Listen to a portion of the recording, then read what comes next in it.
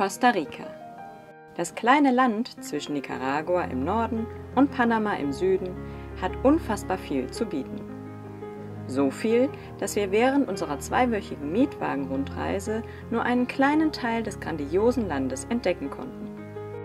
Und so nehmen wir euch mit zum Santa Elena Nebelwald, beklimmen zusammen den Vulkan Poás sowie Costa Ricas größten Vulkan, den Iraçu, gehen auf Tiersuche im Manuel Antonio Nationalpark und erleben das Paradies dieser Erde in Form des Corcovado Nationalparks. Hier gab es jedoch so viel zu sehen, dass wir eigens dafür ein weiteres Video erstellen werden und hier nur einen kleinen Auszug zeigen. Ach ja, vorab sei gesagt, Costa Ricas Straßen sind, sagen wir mal, etwas abenteuerlich. Ja, man kennt Asphalt, aber eine gute Schotterpiste geht genauso.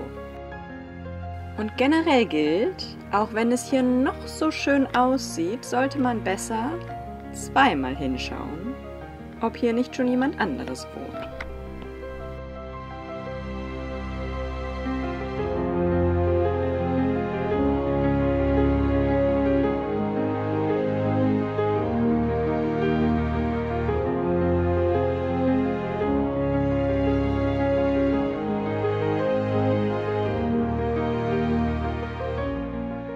Neben dem Santa Elena Cloud Forest gibt es bei Monteverde noch den gleichnamigen Nebelwald sowie den Bosque de los Niños. Wir entschieden uns aber für Santa Elena, weil hier die Wege noch sehr ursprünglich sind und wir im sprichwörtlichen Dschungel ziemlich allein unterwegs waren.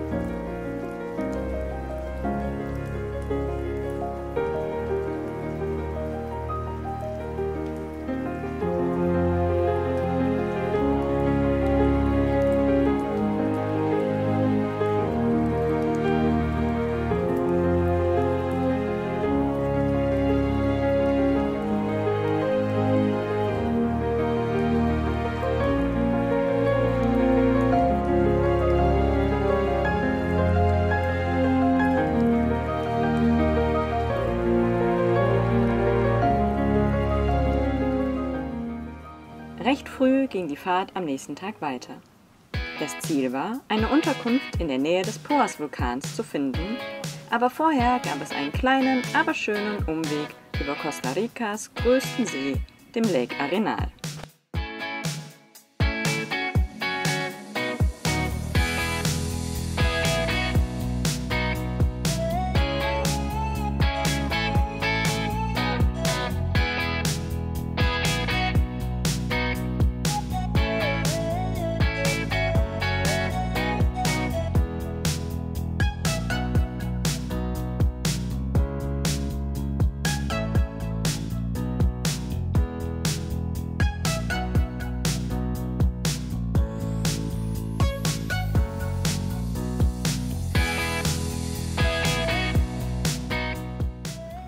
Der See wurde in den 1970er Jahren künstlich aufgestaut und ist der größte Binnensee Costa Ricas und zugleich wichtigste Wasserkraftanlage.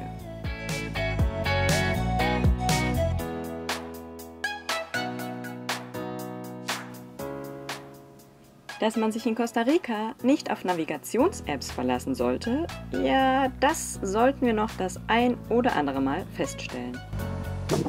Costa Ricas Straßen können in der Tat etwas abenteuerlich sein.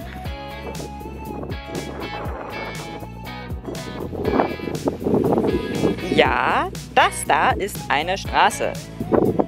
Aber irgendwie endete diese Straße dann doch im Nichts.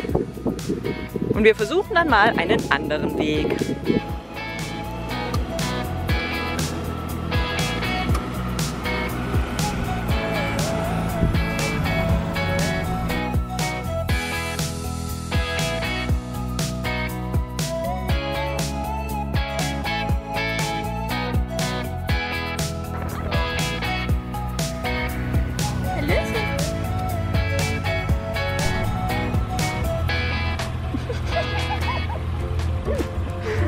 Ist der süß. Von den niedlichen Weißnasenbär sollten wir im Corcovado Nationalpark noch viel mehr zu Gesicht bekommen.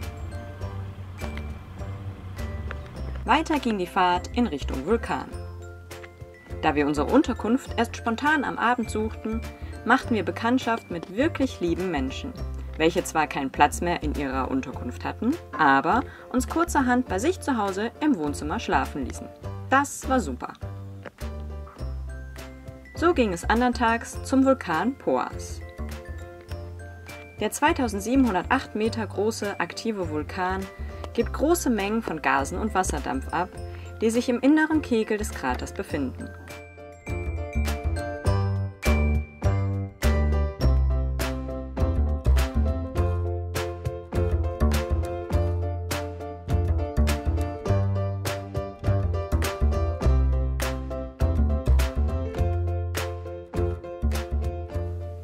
Wegen eines Ausbruchs im Jahre 2017 kann man das umliegende Gelände leider nicht erkunden.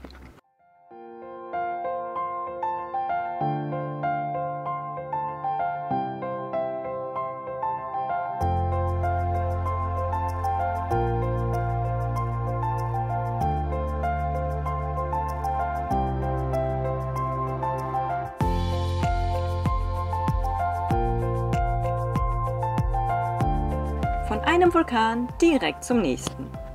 Aber erst einmal hieß es auch hier wieder, suche eine Unterkunft. Auf gut Glück sind wir spontan eine Unterkunft angefahren und trafen zufälligerweise direkt auf dem Weg auf die Besitzer.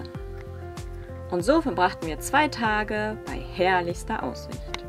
Der Vulkan Iraçu war auch nur noch eine Autostunde weit entfernt.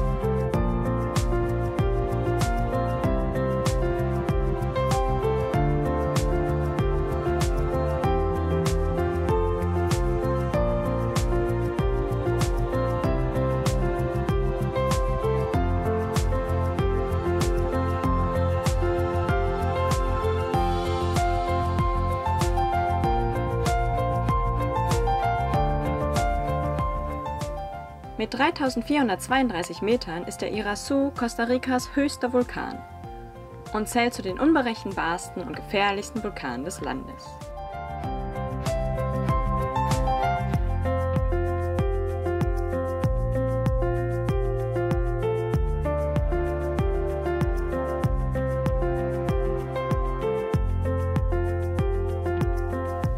Der Krater beherbergte zum Zeitpunkt unseres Besuchs keinen See mehr, da dieser einerseits abhängig von der Jahreszeit ist, aber es auch andererseits einen Erdrutsch im Kraterinneren gab, wodurch der See verschüttet wurde.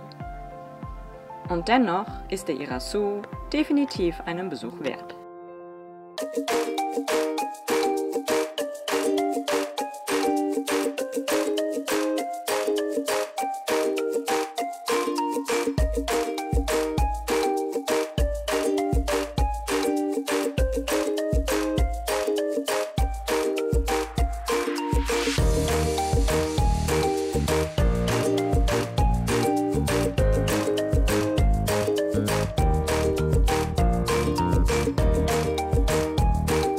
Erwähnte ich eigentlich schon, dass Navi-Apps hier nicht sonderlich hilfreich sind? Auf einer Strecke, die 3,5 Stunden dauern sollte, mussten wir zweimal umkehren, da man, zwar mit herrlichster Aussicht, einfach im Niemandsland stand.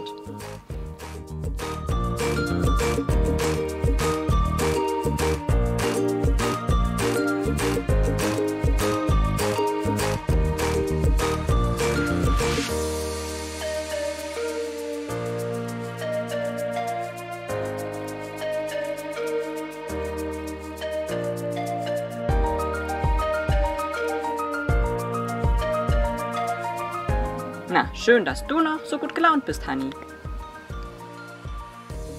Und so dauerte die Fahrt statt vorgesehenen 3,5 an diesem Tage 9 Stunden, bis wir Manuel Antonio erreichten.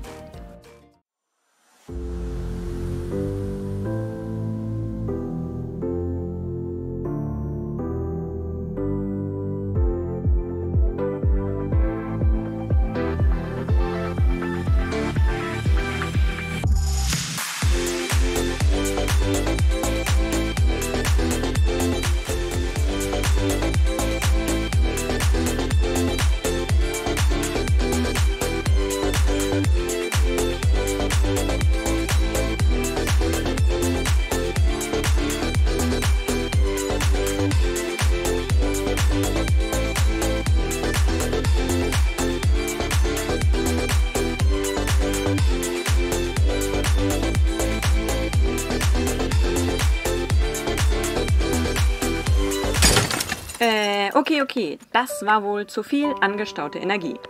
Lieber mal etwas entspannen und anderntags dann den Nationalpark erkunden. Der Manuel Antonio Nationalpark ist der kleinste, aber auch zugleich einer der meistbesuchtesten Costa Ricas, was nicht zuletzt auch in seiner Lage direkt am Meer begründet ist. Übrigens, das Mitführen von Lebensmitteln und Plastik jeglicher Art ist im Park nicht gestattet. Da man einerseits Plastik aus dem Park fernhalten möchte und andererseits durch das Verbot von Lebensmitteln dafür sorgt, dass die Tiere den Menschen nicht als Nahrungsquelle ansehen.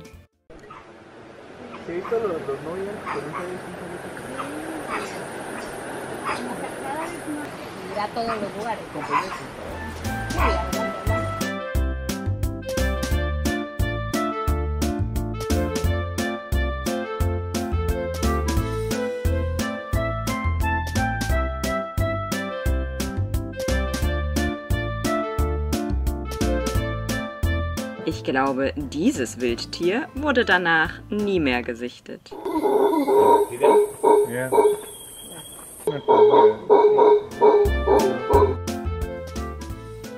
Dem nächsten Protagonisten geben wir nun einfach einmal die Zeit, die er braucht.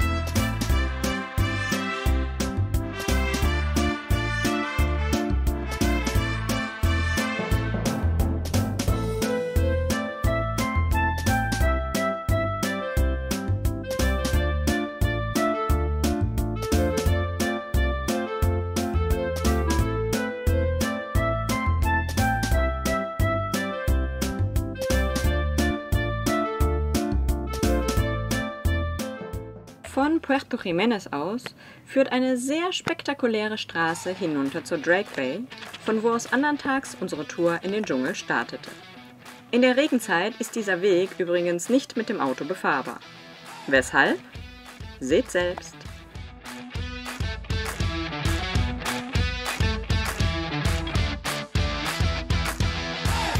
Als armer Beifahrer wird man hier tatsächlich rausgejagt, um zu gucken, wie tief das Wasser ist. Naja, wir haben ein Auto, kein Boot. Eins kann ich sagen, das Wasser ist ziemlich kalt. Na, das geht aber.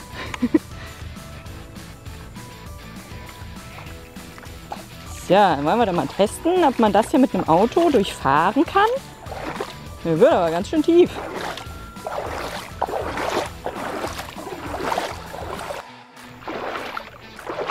Die perfekte Stelle wird noch gesucht.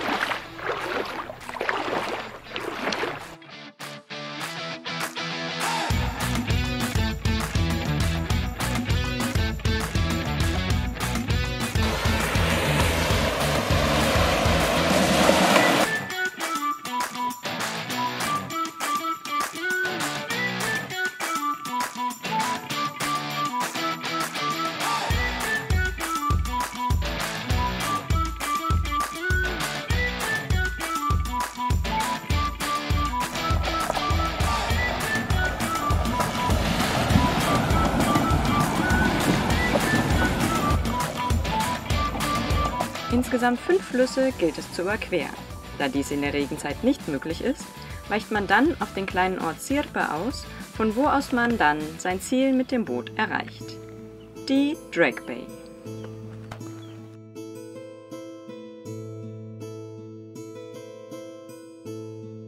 Die Bootsfahrt zum Eingang des Nationalparks betrug über eine Stunde. Vor Ort angekommen, ging es auch direkt durch den Dschungel bis hin zur Rangerstation Sirena, in welcher wir auch übernachtet haben.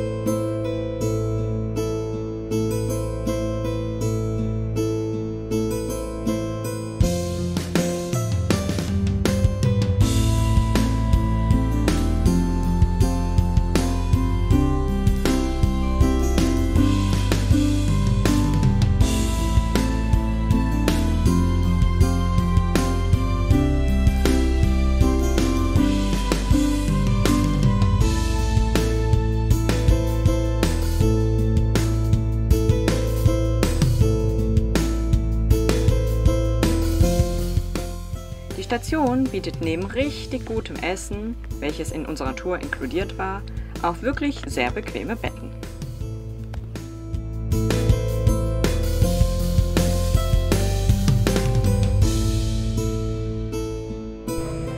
Zeit für eine Pause.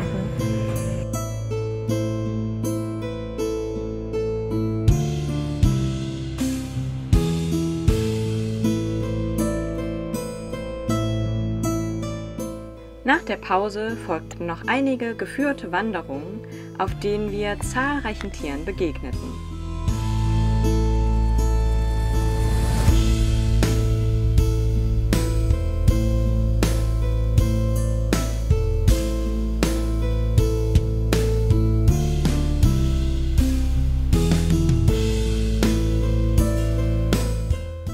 Aber all diese faszinierenden Tiere, die zeigen wir euch dann im nächsten Video.